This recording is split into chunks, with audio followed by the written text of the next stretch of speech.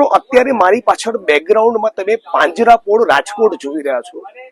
ભારતીય જનતા પાર્ટીના માણસો ગાય માતા કરીને આખા ગુજરાતમાં અને દેશમાં દરેક રાજ્યમાં રાજનીતિ કરી, સત્તા પ્રાપ્ત કરી અને અત્યારે રાજકોટના પાંજરાપોળમાં નકરા કાદવ, કીચડ, ગંદકી અને ઉકરડામાં ગાયોને રાખી છે. લંપીની બીમારી થઈ છે.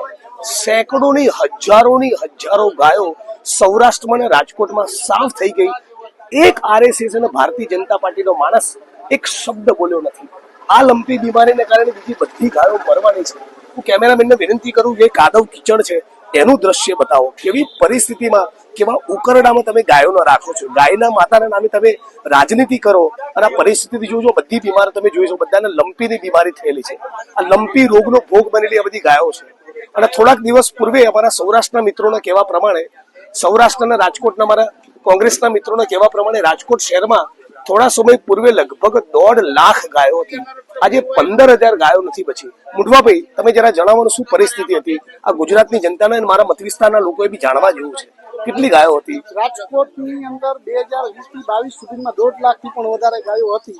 આજે રાજકોટ મહાનગરપાલિકાના પાપે આપણે જોઈ રહ્યા છીએ કે રાજકોટની અંદર તમામ માલધારીઓ અથવા એનિમલ હોસ્ટેલ કે ગૌશાળામાં જાઓ તો 15,000 ગાય પૂરી છે નહીં. માત્ર વાતો, ગુંજાવો, ફેંકી અને વાતો કરવામાં આવી. ત્યારે આપણે જોઈ રહ્યા છીએ ગાયની કઈ રીતે પરિસ્થિતિ. અત્યારે અમારા ધારાસભ્ય શ્રી જિગ્નેશભાઈ મેવાણી અવાજ ઉઠાવ્યો છે અને રાજકોટના માલધારીઓની વારે આવ્યા છે. ત્યારે અહીંયા એનિમલ હોસ્ટેલ ખાતે આપણે જોઈ રહ્યા છીએ મૃત્યુ પણ થઈ રહ્યા છે. ઉકરડામાં રાખો છો ગાયને. કાદવ, કીચડ અને ઉકરડામાં સડવા મરવા માટે તમે ગાયોને મૂકી છે. અને શરમથી ડૂબી મરવું જોઈએ.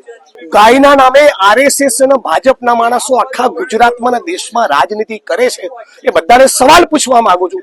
આ રાજકોટના પાંજરાપોળમાં આવીને એક સેકન્ડ તમે ઉભા તો રહો. તમે તમારું નાક દુર્ગંધથી તમારું બંધ થઈ જશે. એટલો કાદવ, કીચડ ને ઉકરડામાં તમે ગાયને રાખી છે.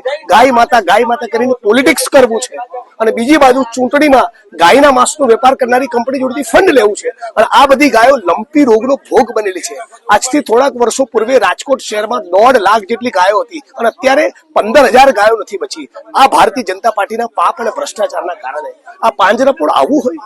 આવી રીતે તમે આપણા દેશના પશુધનને રાખો છો. કાદવ, કીચડ, ઉકરડો પરિસ્થિતિ જોવો. શરમ આવી જોઈએ ભાજપને. બિલકુલ અમે બોલીશું, લડવું જ પડે, આમાં ચાલે જ નહીં. 1.5 લાખ પશુધન તમે ગાયબ કરી નાખ્યું.